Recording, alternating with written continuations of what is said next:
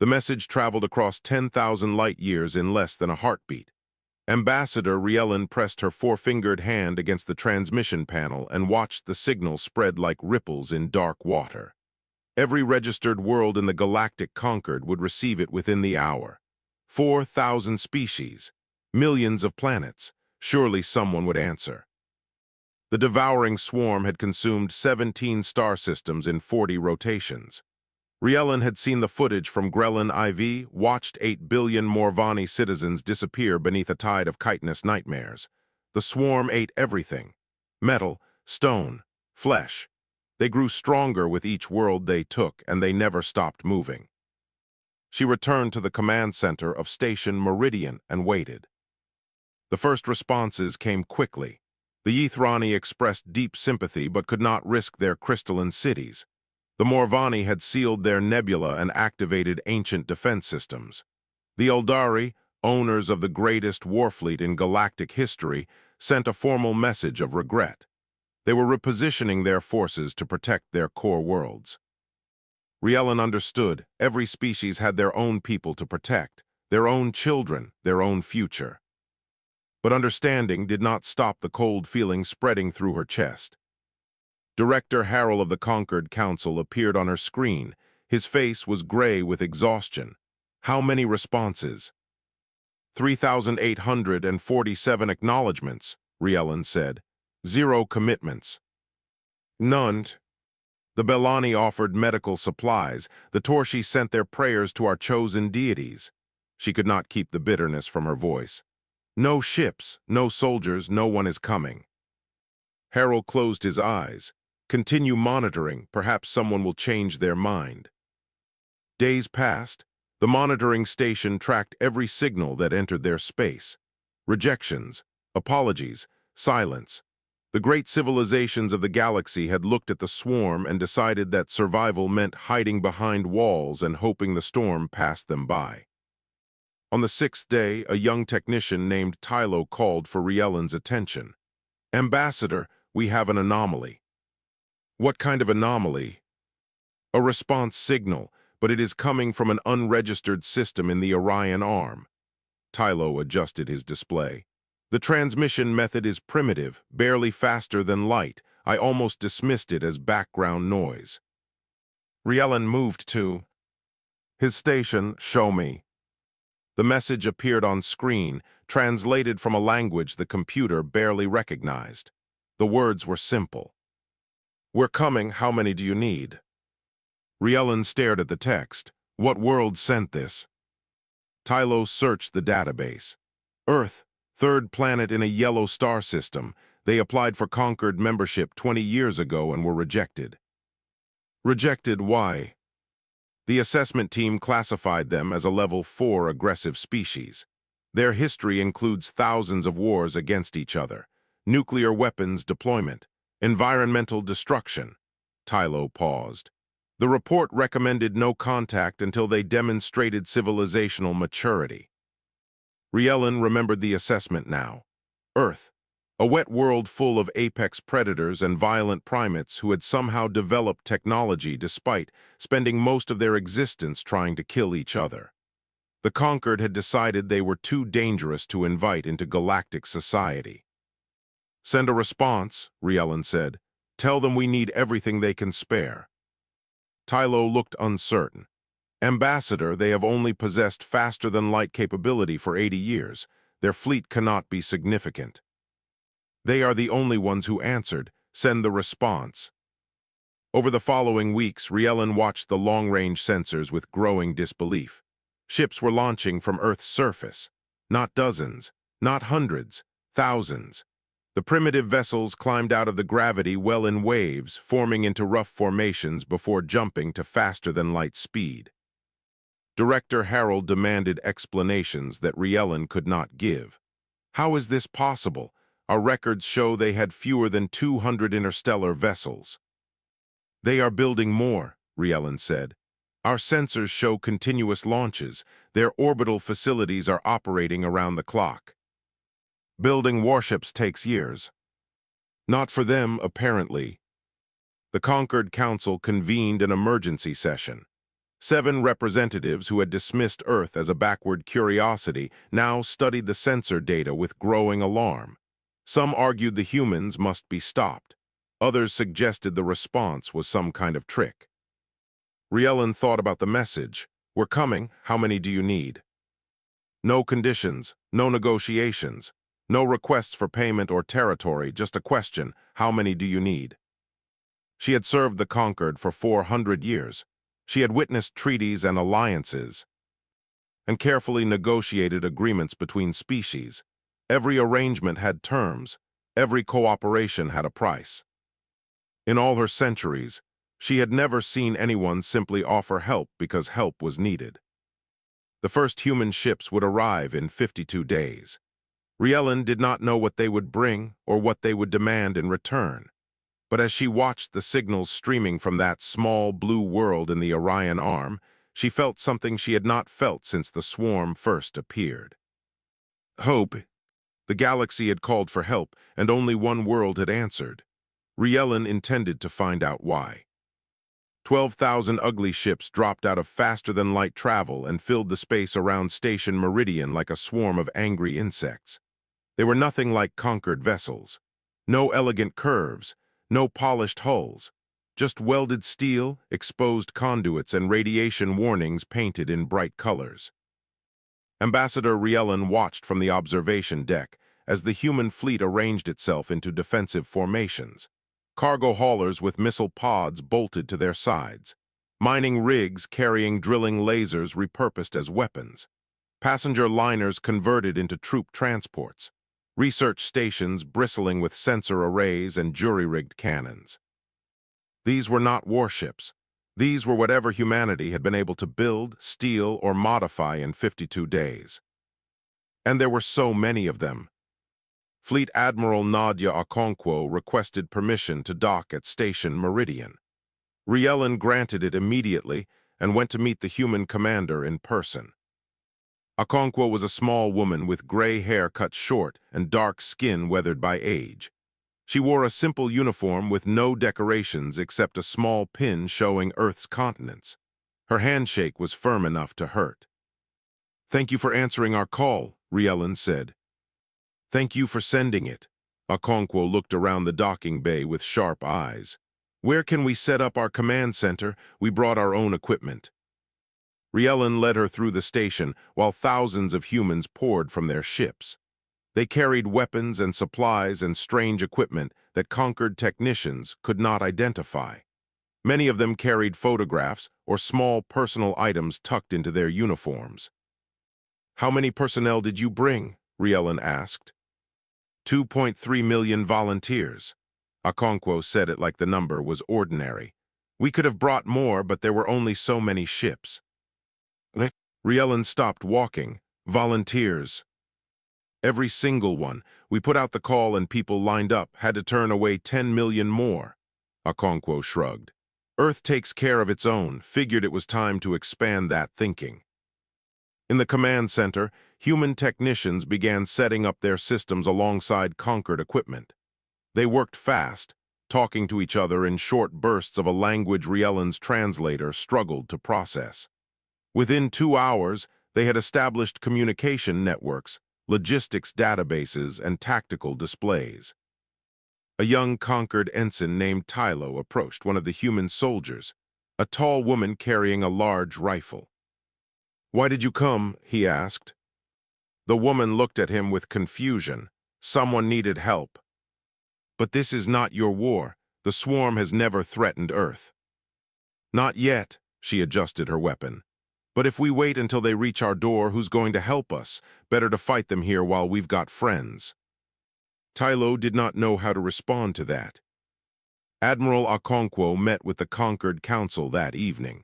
The 7 representatives studied her with a mixture of curiosity and fear. Director Harrell spoke first. "We must discuss terms. What does Earth require in exchange for military assistance?" Okonkwo tilted her head. "Require. Payment, territory, trade agreements. What are your conditions?" "We don't have conditions." Okonkwo leaned forward. People are dying, worlds are burning, you asked for help, we came to help. What kind of species would we be if we demanded payment for that? The council members exchanged glances. Riellen could see they did not believe her. Admiral, said Counselor Venn, your species was denied membership in the Concord because our assessment found you too aggressive, too violent. Now you arrive with the largest fleet ever assembled by a single world. You must understand our concern. Okonkwo smiled, but there was no warmth in it. Yeah, we're violent. We fight each other plenty. Wars, conflicts, all kinds of stupid reasons to kill our own people. She stood up. But we also learned something from all that fighting. We learned what happens when good people do nothing while evil spreads. We learned that if you don't stop a threat early, it becomes unstoppable. She placed her hands on the table. The swarm is evil. Maybe it doesn't know it. Maybe it's just following instinct. Doesn't matter. It's consuming innocent lives, and that's enough for us. So we came here to fight it. Not for money, not for land, because someone has to and everyone else was too scared. Silence filled the chamber. Director Harold cleared his throat. What do you propose? Give us the intelligence you have on the swarm. Share your maps, your research, everything. Let our scientists work with yours, and then get out of our way while we show these things what happens when they threaten people under our protection. Riellen found herself smiling. The Concord had spent centuries building alliances based on mutual benefit and careful negotiation. They had forgotten that some species simply did what was right because it was right. The humans had not forgotten. Over the next week, human soldiers trained alongside Concord forces. They shared food and stories and laughed at jokes that did not translate. They played strange games with balls and argued about sports teams that Riellen had never heard of. And every day, more human ships arrived. Earth was still sending everything it had. The swarm had made a terrible mistake. It had threatened a galaxy full of species who calculated risk and reward before taking action. But it had also gotten the attention of one species that did not calculate at all. Humanity had answered the call. Now the swarm would learn why that was a very bad thing. Chief Science Officer Dmitry Volkov stood in the morgue alone with the corpse of something that had eaten a planet. The swarm organism was the size of a ground transport, all black armor and grinding mandibles and legs that ended in points sharp enough to pierce steel. Every conquered scientist had refused to enter the same room with it. Volkov put on his gloves and picked up his cutting tools. Computer, begin recording. First examination of intact swarm specimen. Subject appears to be a soldier caste based on physical structure. He pressed his blade against the creature's armor. Let's see what you're made of. 3 hours later, Ambassador Riellen found him covered in black ichor, surrounded by specimen containers filled with tissue samples. He was smiling. They have weaknesses, he said before she could speak. Multiple weaknesses. Their nervous system is centralized here. He pointed to a diagram on his screen. Damage this cluster and the individual organism dies instantly. Their armor is resistant to energy weapons but vulnerable to kinetic impact and extreme heat. Riellen stared at the dissected creature. How did you learn so much so quickly? I was a deep-sea researcher before I joined the fleet. Spent 20 years studying creatures that live in complete darkness under crushing pressure. This thing is scary, but it's still just biology. Volkov wiped his hands. Biology can be understood, and anything that can be understood can be killed. Over the following weeks, human scientists tore apart every swarm specimen they could find. They mapped genetic structures. They analyzed chemical secretions. They tested toxins and pathogens and radiation frequencies. Each discovery was shared with the Conquered immediately. The breakthrough came on day 43. They're not independent, Volkov announced to the assembled military commanders. The swarm operates on a hive consciousness. Every organism is connected to a central intelligence. We've been calling them mindless, but they're not. They're more like cells in a body following instructions from a brain. Admiral Okonkwo leaned forward. Where's the brain? Queens, massive organisms buried deep inside consumed planets. Each queen controls the swarm forces in her territory. Kill the queen and her entire army loses coordination. They become confused, aggressive toward each other, easy to destroy. "Has anyone ever killed a queen?" asked Director Harrell. "No," Riellen said quietly. "Conquered doctrine has always been defensive. We build barriers, we protect what we have. We wait for the swarm to move to new feeding grounds." "You let them eat entire worlds so they'll leave your worlds alone," Okonkwo said. Harrell looked uncomfortable. It was the only viable strategy.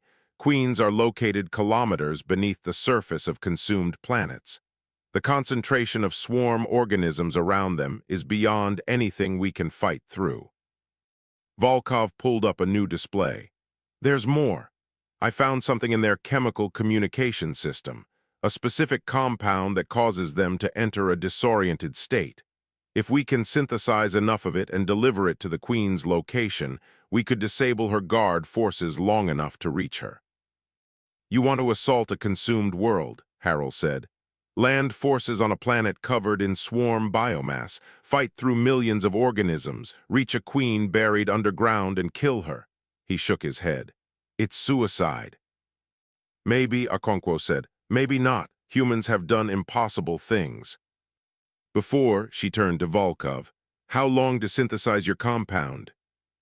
2 weeks, if I have full access to conquered chemical labs and a team that isn't afraid to work with dangerous materials." "You'll have it," Okonkwo stood. "Start working, we're going to need a lot of that stuff." Later that night, Riellen visited Volkov in his laboratory. He was still working, surrounded by bubbling containers and complex equipment. "Can I ask you something?" she said. He nodded without looking up. "Why are you willing to do this? The Conquered's best scientists refuse to even examine swarm specimens. You've been cutting them apart for weeks. You've inhaled their chemicals. You've risked contamination. Why?" Volkov stopped working. He was quiet for a long moment. "I had a daughter," he said finally. "She died when she was 7, a disease that we thought we had eliminated centuries ago. It came back mutated and it killed her before we could develop a new treatment." Riellen waited. "I spent the next 10 years of my life studying that disease. We cut it apart, we mapped its structure, we learned every secret it had, and now no child on Earth will ever die from it again." He looked at her. "This swarm is just another disease, bigger, scarier, but the same principle applies. You study it, you learn it, you find its weakness, and then you destroy it." He returned to his work. "On Earth we have a saying, knowledge is power." The Conquered looked at the swarm and decided it was unknowable, too alien, too dangerous to understand. But nothing is unknowable if you're willing to do the work. Riellen left him alone with his specimens and his grief and his determination. She was beginning to understand why the Conquered had been so afraid of humans. They were not afraid of anything. Grelin IV looked like a wound in space. The planet that had once been covered in golden fields and crystal cities now writhed with swarm biomass. Dark tendrils spread across continents. Massive organic structures pulsed with terrible life. 8 billion Morvani had lived here 6 months ago. Now there was only the swarm. Colonel Amara Diallo checked her weapon one final time as the transport descended through the atmosphere. 200 volunteers sat in the hold around her, wearing modified deep-sea suits designed to resist acid and pressure. Each carried flamethrowers, sonic disruptors, and vials of Volkov's chemical compound. 30 seconds to landing zone, the pilot announced. Diallo stood and faced her soldiers. "You all know what we're here to do, kill the Queen, free this world, show the galaxy what happens when you ask humanity for help." She pulled down her helmet visor. "No retreat, no surrender. We finish this or we die trying." The transport hit the ground hard, the ramp dropped. Diallo was the first one out. The surface of Grelin IV was a nightmare. The ground beneath her feet was not soil but living tissue, black and wet and pulsing. Organic walls rose around the landing zone like the inside of some vast creature, and the swarm soldiers came immediately. They poured from holes in the biomass, hundreds of them, thousands, more than Dialo could count. Her soldiers opened fire. Flames swept across the charging creatures. Sonic weapons shattered their armor. The chemical compound turned them against each other, snapping and tearing at their own kind. But they kept coming. "Push forward," Dialo shouted. "Team 1 with me, teams 2 and 3 secure the flanks." The assault became a grinding advance through hell. Every meter cost them. Every corridor of organic matter held more enemies. Dialo lost count of how many she killed. Her flamethrower ran dry and she switched to her sidearm. When that was empty, she used her combat knife. When the knife broke, she picked up a swarm limb and used it as a club. 3 hours in, they had covered 2 kilometers. 60 soldiers were dead. The Queen's chamber was another 8 kilometers underground. "Admiral," Dialo reported via communicator, "we're taking heavy losses. Recommend you prepare the reserve team." Okonkwo's voice crackled through static. "Negative, Colonel. There is no reserve team. Everyone we have is already on the ground or providing air support. You're it." "Understood." Dialo reloaded her weapon with ammunition taken from a fallen comrade. "Then we'll just have to be enough." They fought for 16 hours straight. No sleep, no rest. Brief pauses only to redistribute ammunition and tend to the wounded who could still walk. The humans pulled their injured with them, refused to leave anyone behind. Conquered observers watching from orbit could not believe what they were seeing. At hour 14, Dialo's force had been reduced to 47 soldiers. They stood at the entrance to the Queen's chamber, a vast cavern deep beneath the surface. The Queen herself was visible in the distance, a massive creature the size of a building, surrounded by her personal guard. "This is it," Dialo said. "Everything we have. Hit them with every drop of the compound, then charge. Don't stop until she's dead." Private First Class Omar Reyes, barely 20 years old, raised his hand. "Colonel, what if it's not enough? What if we can't kill her?" Dialo smiled beneath her helmet. "Then we'll hurt her so bad the next team finishes the job. But I don't plan on making this someone else's problem, do you?" Reyes shook his head and readied his weapon. They charged. The final assault lasted 7 minutes. 7 minutes of fire and blood and screaming. The compound worked beautifully, turning the Queen's guards into a confused mob that attacked everything around them. Human soldiers fought through the chaos, advancing step by step toward the Queen. Dialo reached her first. The Queen was enormous up close, a mountain of chitin and organic machinery. Her multiple eyes tracked Dialo's approach. A sound that might have been communication or might have been a scream emerged from her central orifice. Dialo raised her mining laser, the same tool used to cut through asteroids, and fired directly into those eyes. The Queen died slowly, thrashing and bleeding and tearing apart her own chamber in her death throes. Her psychic connection to her army severed all at once. Across Grelin IV, millions of swarm organisms stopped moving, then began to attack each other, then simply died.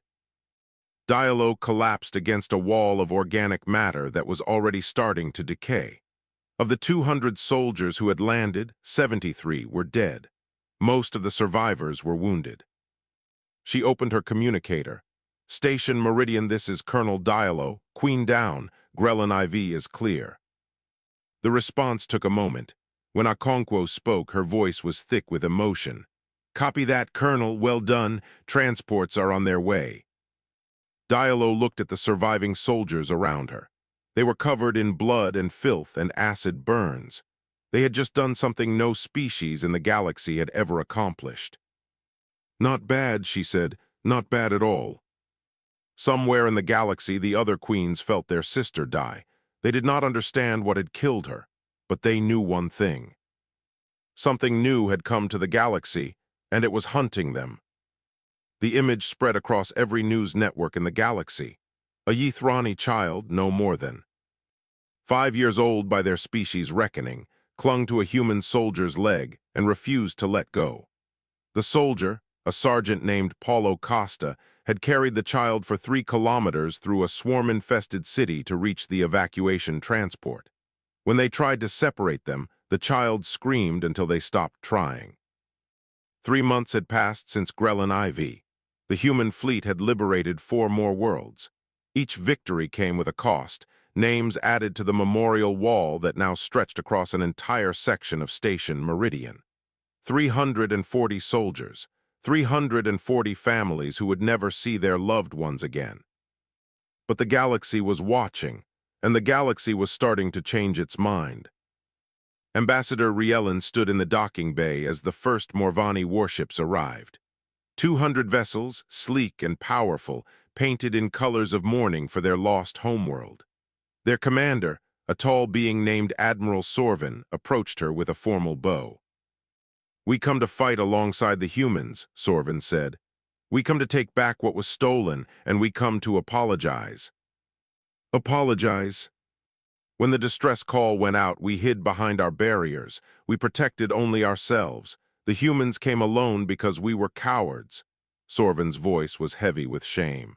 We cannot change what we did, but we can stand with them now. More ships followed. The Bellani sent medical frigates and surgical teams. The Torshi contributed supply vessels and logistics support. Even the proud Uldari, who had retreated to their fortress world, dispatched a battle group of their famous heavy cruisers. The species who had been too afraid to answer the call were now racing to join the fight. Some came out of guilt. Others came because they saw which way the war was going.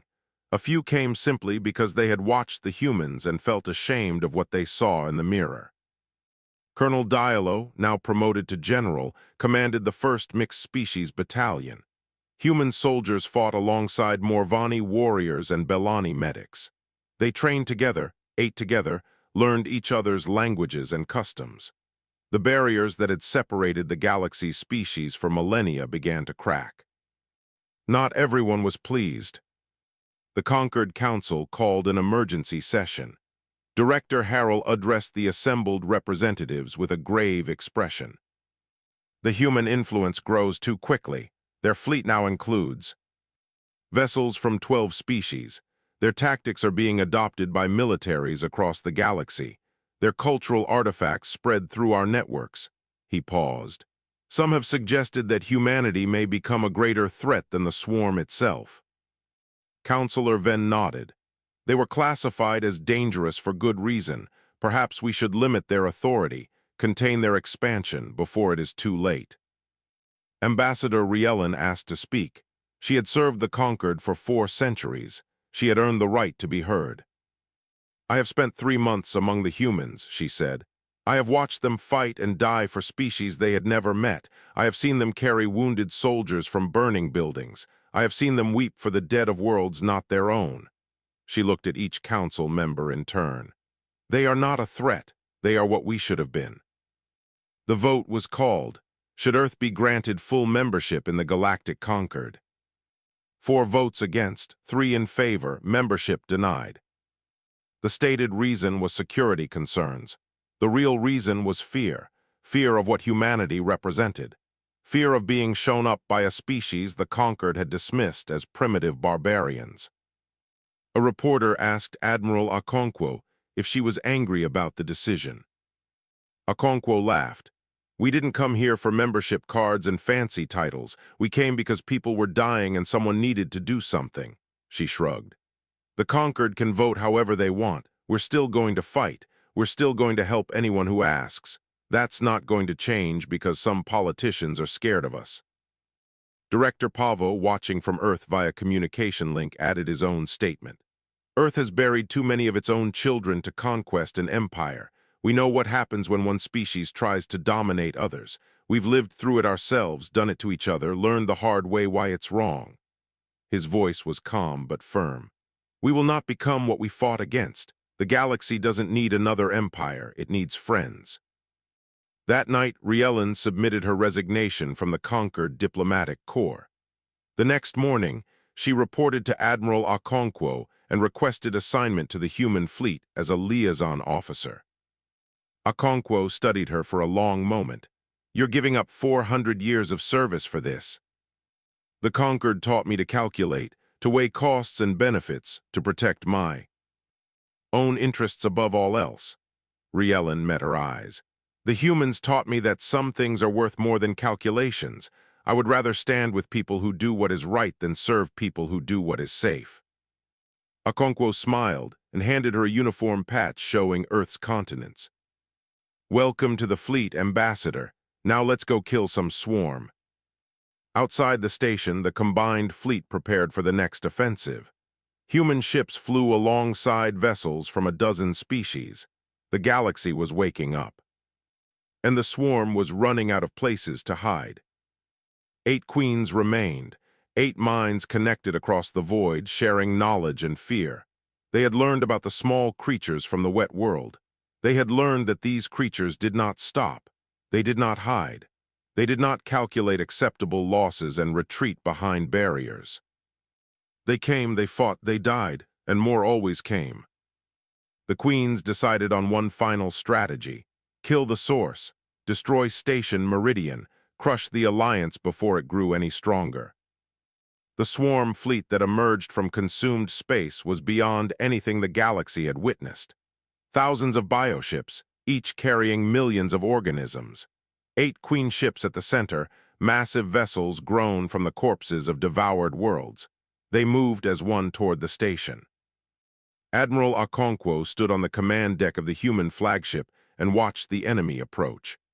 Around her, 14,000 human vessels and 8,000 allied ships formed defensive lines. It was the largest military force ever assembled in galactic history. It was not enough. All ships, this is Admiral Okonkwo. You know what's coming. You know the odds. The Conquered Council has already evacuated Station Meridian. They expect us to lose. She paused. They're probably right, but we're going to make these things pay for every inch. We're going to hurt them so badly that the next generation will finish what we started. She took a breath.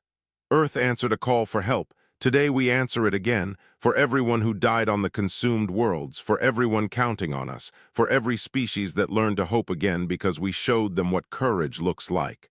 Her voice hardened. All ships engage. The battle began. Human vessels threw themselves at swarm bioships with reckless fury. When their weapons ran dry, they rammed.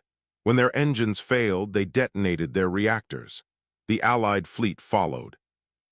Their example, Morvani and Uldari and Bellani, fighting with a ferocity they had not known they possessed. General Diallo commanded the ground defense of Station Meridian itself. Swarm boarding parties broke through in 100 places.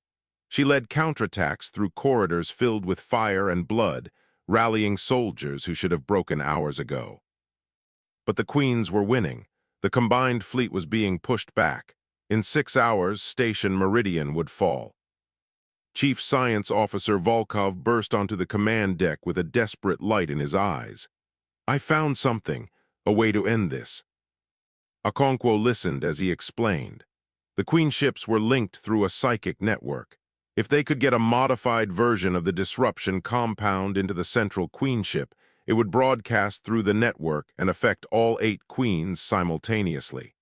Their entire fleet would collapse. How do we deliver it? Okonkwo asked. Someone has to carry a transmitter into the central queen ship, plant it, activate it, hold the position for 7 minutes while the signal propagates. Volkov swallowed.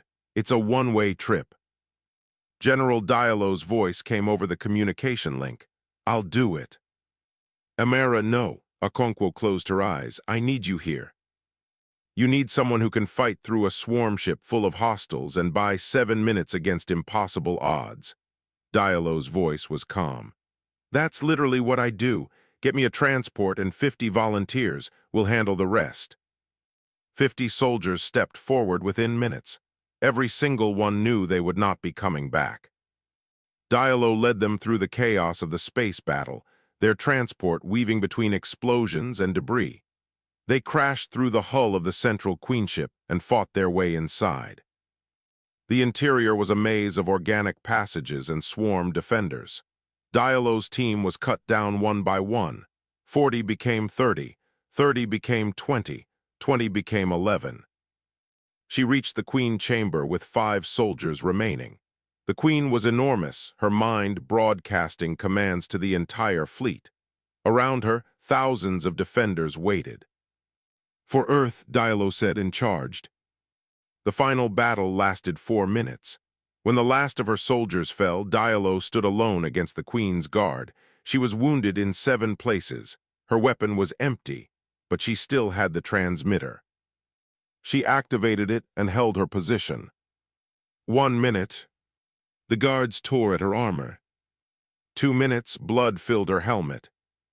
3 minutes, she could no longer stand and braced herself against a wall. 4 minutes, the Queen herself turned her attention to this small creature that would not die. 5 minutes, Dialo laughed and spat blood. 6 minutes, her vision went dark. 7 minutes, the signal completed propagation. Across the battlefield, every swarm organism stopped moving. The 8 queens screamed in unison as their minds were torn apart by their own network. Bioships went dark. Defenders collapsed. The greatest threat the galaxy had ever faced died in 7 minutes because one human refused to give up. Dialo's last transmission reached Station Meridian just before the end. "Tell my mother I did something that mattered." The war was over. Cleanup would take decades, but the swarm was broken forever. The conquered council reversed its decision unanimously. Earth was offered full membership with apologies and honors. Director Pavo declined. "We'll help anyone who needs it, member or not, that hasn't changed." 1 year later, Ambassador Riellen stood in Geneva, Earth, at the dedication of the Galactic Memorial. A statue of General Dialo rose at the center, hand raised toward the stars.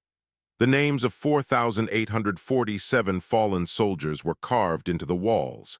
Every name had been read aloud. It had taken 3 hours. A human child tugged at Riellen's robe. "Are you an alien?" Riellen looked down and smiled. "Yes." "Do you need help with anything?" Riellen felt tears on her face. In that simple question, she finally understood everything. Why Earth had answered. Why humans fought for strangers. Why they gave their lives for people they would never meet. They could not look at suffering and do nothing. It was not strategy. It was simply who they were. The inscription on the memorial said it all. "They called for help, we answered."